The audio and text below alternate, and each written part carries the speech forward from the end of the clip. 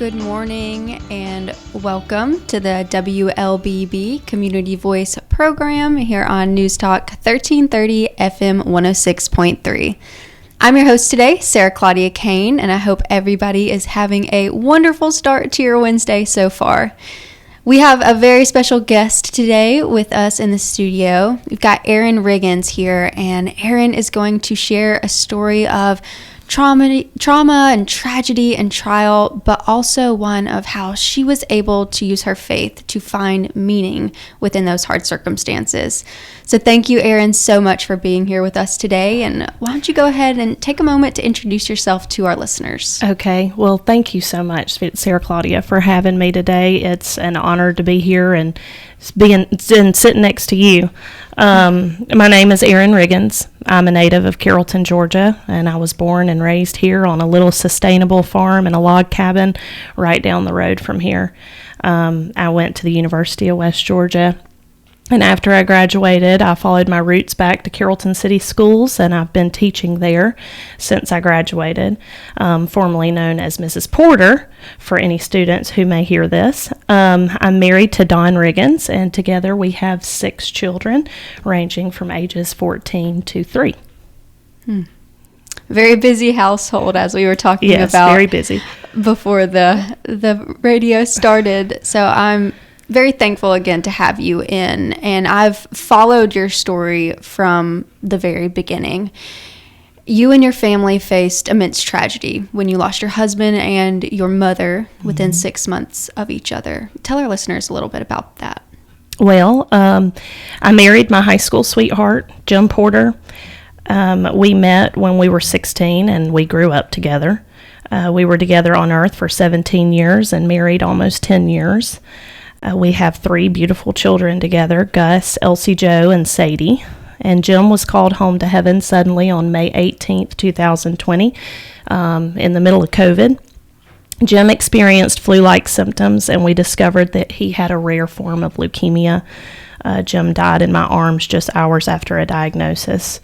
I was 32 years old with an 8-year-old son, a 5-year-old daughter, and a 5-week-old baby girl. My heart was completely shattered, and life was broken.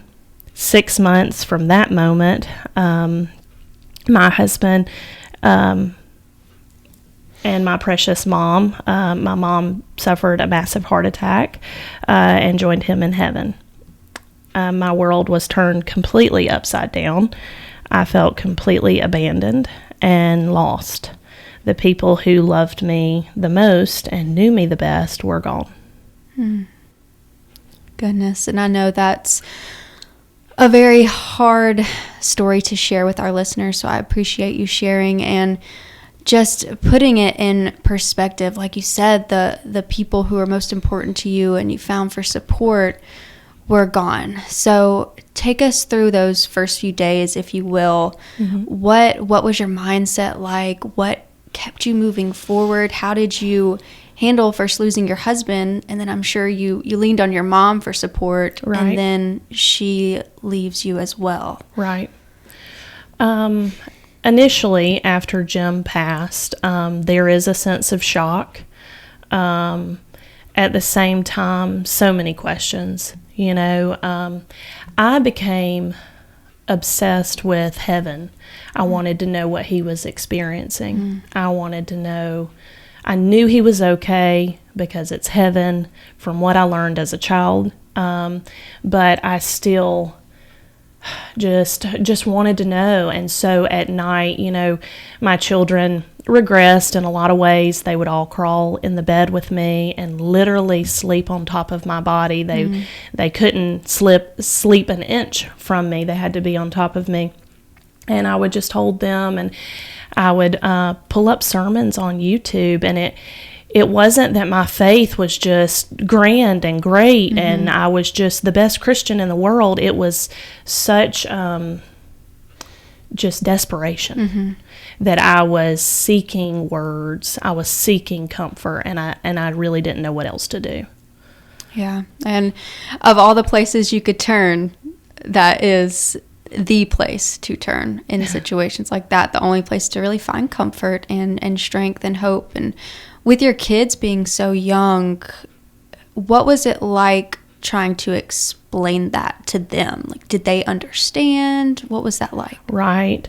So they were little, especially the girls. Of course, Sadie was an infant at 5 weeks old, so she had no idea what was going on. And Elsie Jo was just finished up pre-K, so she's little too. And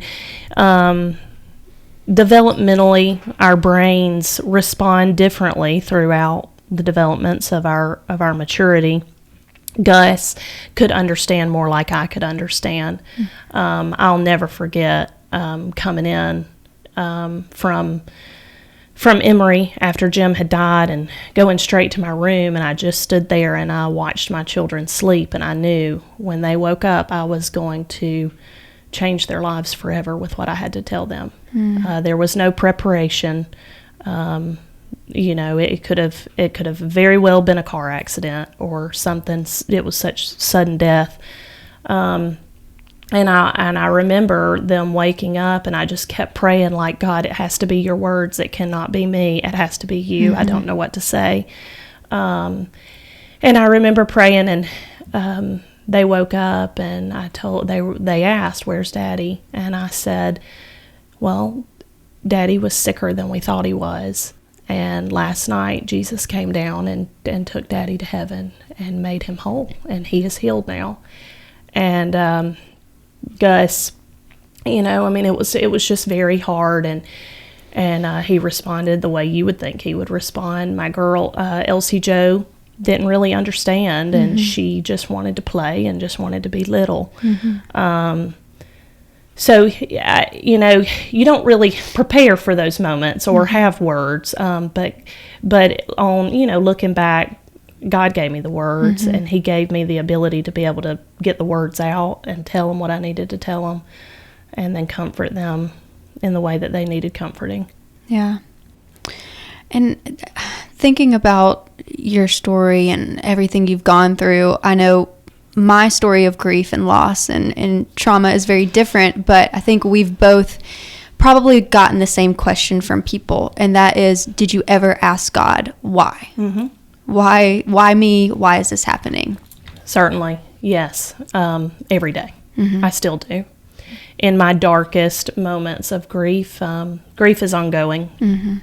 It's not something that you go through and it ends and you're healed.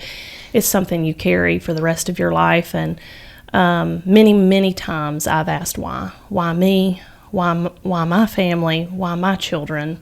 And that's okay. It's okay to ask why. It's okay to question God. Just don't stop talking to him. It's okay to be mad at him and tell him you're mad at him. Just don't stop talking. Yes, exactly. Very good piece of advice for everybody listening, because I know at the end of the day, everybody's going through something. Exactly. Everybody is going through something that they question and they wonder, why me and how am I going to get through this? Right. And we're going to take a short break to hear from our sponsors, Tanner Health System and Oak Mountain Academy. We're going to be back on Community Voice with Erin Riggins to hear more about how her faith helped her walk through this journey. Stay tuned. Health is a journey. It's making better choices, even when it's not easy. It's taking care of yourself and the people you love. At Tanner Health System, we're there for you with every step, with primary care, heart care, cancer care, women's care, orthopedics, surgical services, and so much more. We're dedicated to helping you live and feel your best. So let's get on that journey to health. You've got places to be for many years to come. Find us at tanner.org. As a believer in the power of education, we are called to set the standard by shaping and empowering the minds of future generations through quality education. Oak Mountain Academy embraces this philosophy, which is why my children attend this prestigious school. I am elated to serve on the OMA Board of Trustees, where together we prepare students and remind them to trust and believe in the power to transform the world. I'm Dr. Brian Bain, inviting you to celebrate our 60-year legacy of academic excellence. Visit us at oakmountain.us.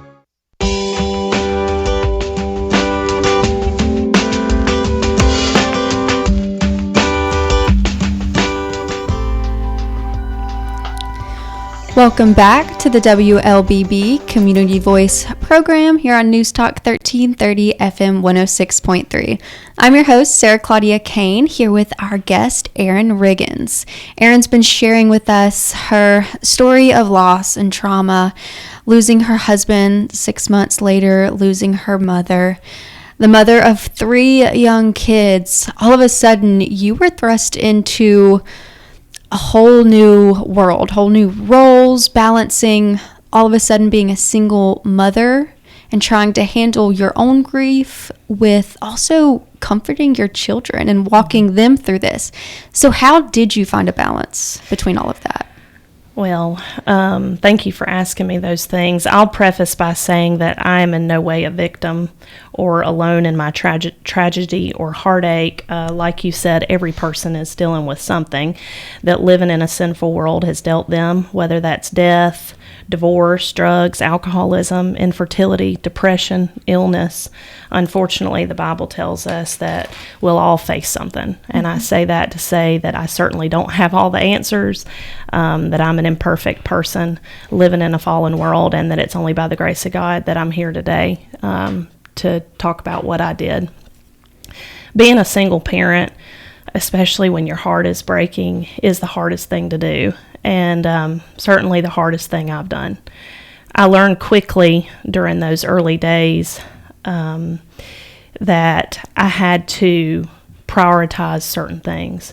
My focus as their mother couldn't be on how many sight words they knew or what they scored on the Georgia milestones or how many days they made their bed or if they forgot their library book on the counter for the 5th day in a row.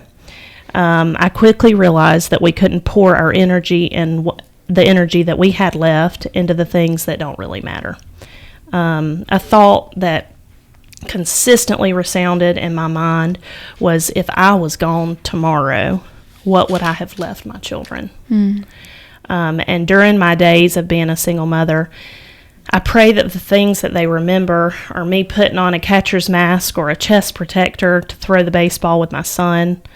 I pray that they remember me pulling out my fine china and eating fancy food just for fun. I hope they remember us cheering on Sadie as she took her first steps. I hope they remember us all piling in the bed to watch movies together. And I hope they remember all of us crying together and clinging to one another in our desperation. I wouldn't have made it without Jesus' love and guidance over us. I'm reminded of one of my favorite quotes that says, "Trials make the promise sweet. Trials give new life to prayer. Trials bring me to his feet, lay me low, and keep me there." And during my days of being a single parent, I spent a lot of time on my knees begging him to show me how and to direct my path. I clung to the scripture, Psalm 68, 5-6, that says God is a father to the fatherless and a defender to the widow. And if there is a certain such thing as a perfect parent, I was most certainly not that. Life doesn't go easy on you just because times are hard and unfair. I still experienced hard times during our tragedy. My son broke his leg playing football. My kids dealt with sickness. The septic tank went out. The dogs had to be fed, and the front door literally fell off the hinges. And the world kept turning, and I just held on for dear life. Yeah, and it something I've heard through that is a change in perspective. Right. Things that before would have been your focus, like helping your kids with those milestones, or things that before would have probably sent you into a very You are so right. grumpy period, like the door falling off its Yes. hinges. Those aren't as important. Yes, I tell my husband all the time, we have lost so much, but we have gained, and what we have gained is perspective. And we have a choice of how we use it. Are we going to use the perspective for the greater good, or are we going to ignore it and focus on the things that don't matter? As far as handling my grief, that's such a tricky question. Grief doesn't have a timeline. It's evolving, and it's for a lifetime. I hate with everything I have the saying that time heals, but it really does. And at the same time, I face triggers of grief that knock me down and will continue to do so. It's a badge that I'll wear until God heals me completely in heaven. Grief is the price we pay for loving, and as hard as it is, I would love all over again. My hope is that God uses this story, my grief, to bring others hope. As I told you during the commercial break, that time of loss and you're confused, the greatest feeling was hopelessness. Like, that's it. There is no hope. And I have learned that God will take you where you don't want to go to produce in you what would not have been.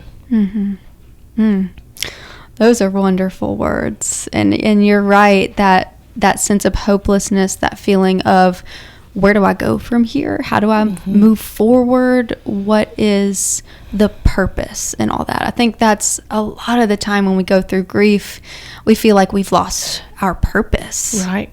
And it's hard. Right. It's hard to find that hope again. And I like what you said too about grief being evolving. And a thought that came to my head when you said time heals all.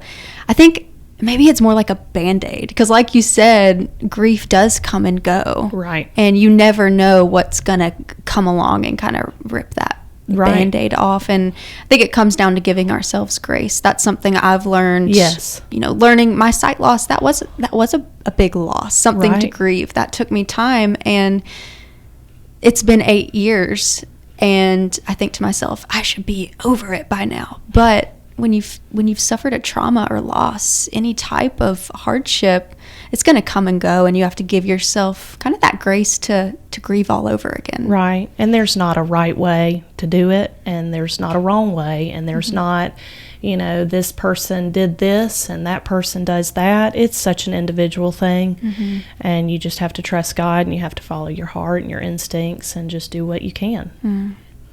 Yes. And how have you been able to explain that to your children? Explaining that, it's not like a skinned knee. We cry and then we feel better. Right. Supporting my children is ongoing. All of us parents are living in such uncertain times. Our children are trying to navigate the rise of mental health issues, the downfalls of the internet and social media, the expectations of instant gratification at your fingertips, the pressures to perform a certain way on a test or the ball field, the natural comparing of themselves to others. I truly believe in spiritual warfare, and our children are at the center of it.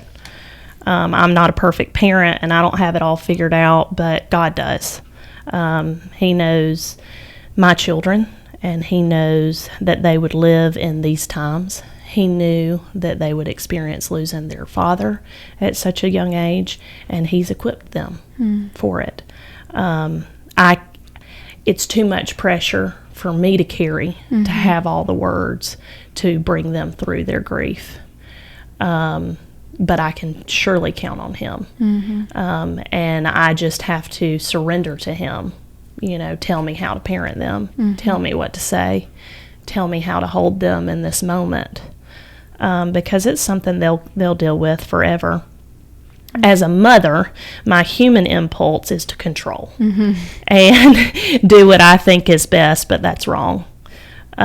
He created my children in His perfect image, and my job is to pray. It's to love them, and it's to point them towards Him.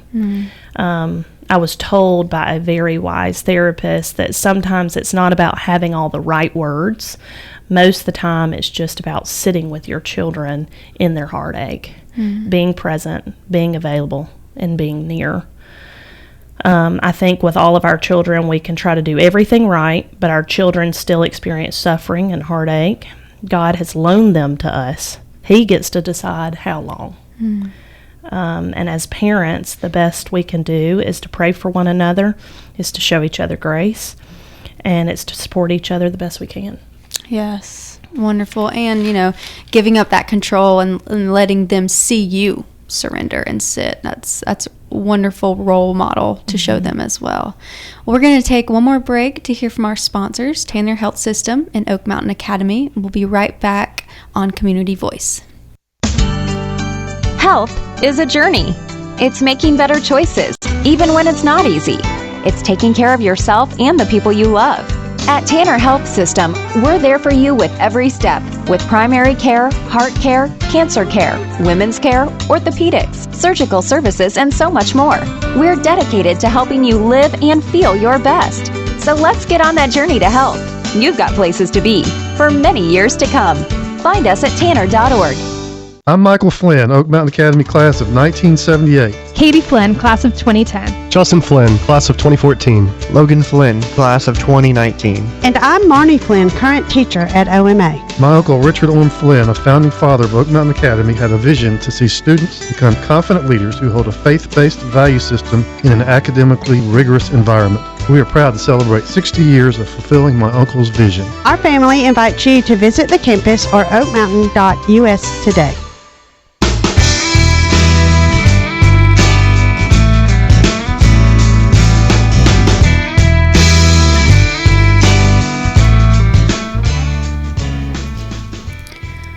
Welcome back to the WLBB Community Voice program on News Talk 1330 FM 106.3. Sara Claudia Cain here with our guest, Erin Riggins, who is just feeding so much truth into us and inspiring us. And I just feel like we've been getting to this point all morning about how you were able to use your faith to find meaning in your circumstances. I know that before in a previous conversations, you told me how every season you went through, being a single mother and grieving has taught you something, and you felt like you were in that season for a reason. So tell us about how you were able to find meaning in those hard seasons. Okay. Yes, I love God. I would consider myself a Christian and a follower of Jesus Christ. At the same time, I'm also a human and a sinner. At times when tragedy struck, and still during my deepest heartache, I would ask why. Why did these things happen? Why did my babies have to experience what they have? Why were words left unsaid? Why us? I questioned his presence. Why did I feel alone? Was he really there? I've learned that it's okay to be mad at God, and it's okay to tell him that you're mad and that you feel alone and that you feel hopeless. But no matter what, you just have to keep talking to him. Mm-hmm. Just keep telling him. Tell him you're mad. Just don't quit talking. God didn't cause these bad things to happen. Sin was allowed into our world, and therefore cancer and heart disease and car accidents and death of children, really bad things are happening. 1 Corinthians 13:13 tells us that these three remain: faith, hope, and love. But the greatest of these is love. And right after my mom died, I was sitting in her kitchen, imagining her cooking, using her hands and her hair pulled up in a clip, and this scripture popped into my head, and I realized that of these three things that remain, faith and hope will not be necessary when we're in heaven. Our faith in what we believe will be confirmed or revealed. Our hope will be restored and redeemed, and what is left is love. Mm. He has called us to love one another with all we have, and when we get to heaven, we will know more love than we could ever imagine feeling or experiencing here. My faith and hope for a future on earth and a future in heaven is what kept me alive in my hardest days. My faith is what keeps me going. God has been so good to me. He has proven that he is sovereign. The people of this wonderful community have served as the hands and feet of Jesus, and I'll always be grateful for Carrollton. Mm. Even in my doubts and hopelessness, God never questioned his goodness just because I did. He was never threatened by my questions or my anger. My emotions could never manipulate him, and instead, he sanctified me through it. Mm. His love remains my anchor, even when I'm too scared or hurt to realize it. In my pain and loss, I've also been so immensely blessed.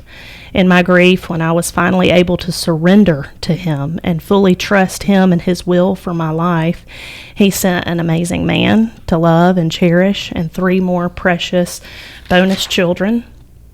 I married a man who also lost his wife to cancer.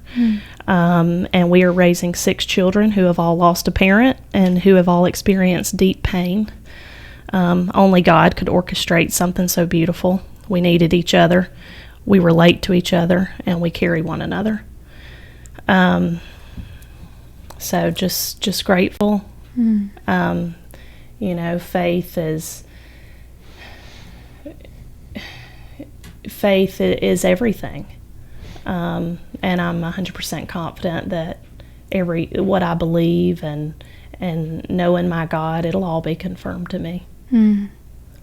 Yeah, and just hearing your words and seeing, being on this side of it and seeing how it's all played out, it comes to the point where, yes, those why questions, why me, why is this happening, those are okay to ask, but at some point we have to switch to, okay, what do you want me to do with this? Yep. Yeah. And you mentioned it before, I think on a commercial break when we were chatting, that you were talking to your son about how when, things are dealt to us, it's happened and we have to decide how we react. And if we want to let that kind of defeat us or to use it to shine light on God and how he's worked through it. That's right. Yes. And that takes a lot of faith. And, we ask why questions and people ask us how do you deal with it? Mm-hmm. And like we said earlier, it's a choice every single day. That's right. And it's a hard one some days other than others, but you're showing us that you can completely trust God no matter what happens. So as we close, what advice or guidance would you give to somebody listening who maybe is going through a loss or helping their children through a loss? Sure. And I don't know that I'm qualified to give advice or guidance, but I would tell someone and anyone, because we're all dealing with something, that you are seen, mm-hmm. that your pain will not be wasted, that we all have a job to do. You were put on this earth for a purpose. Finish the drill, and you'll be rewarded in heaven. Satan is jealous. He comes to seek and destroy, and he wants you for himself. I would remind people that you are strong, that you were created to fight, and that you won't be fighting alone, that God hasn't abandoned you, leaving you in the ruins. There will be restoration. He doesn't take us in to not lead us out. That's not how God works. He will be faithful to lead you all the way through and out, one trusting step at a time. Yes, and thank you so much. I know at the beginning talked about how easy it was to kind of feel alone in that situation, but about how the community has surrounded around you. Yes. And that's been a theme. Everybody I think I've interviewed has talked about this community, and I haven't done that on purpose because this is Community Voice. It just shows how big our community is and how much we love one another. So we are blessed to live here, that's for sure. Definitely. Anybody going through a loss, feeling alone, reach out to that community, trust them, embrace them. Thank you so much, Erin, for coming and for sharing. You. And thank you all for listening. We'll see you next time on Community Voice.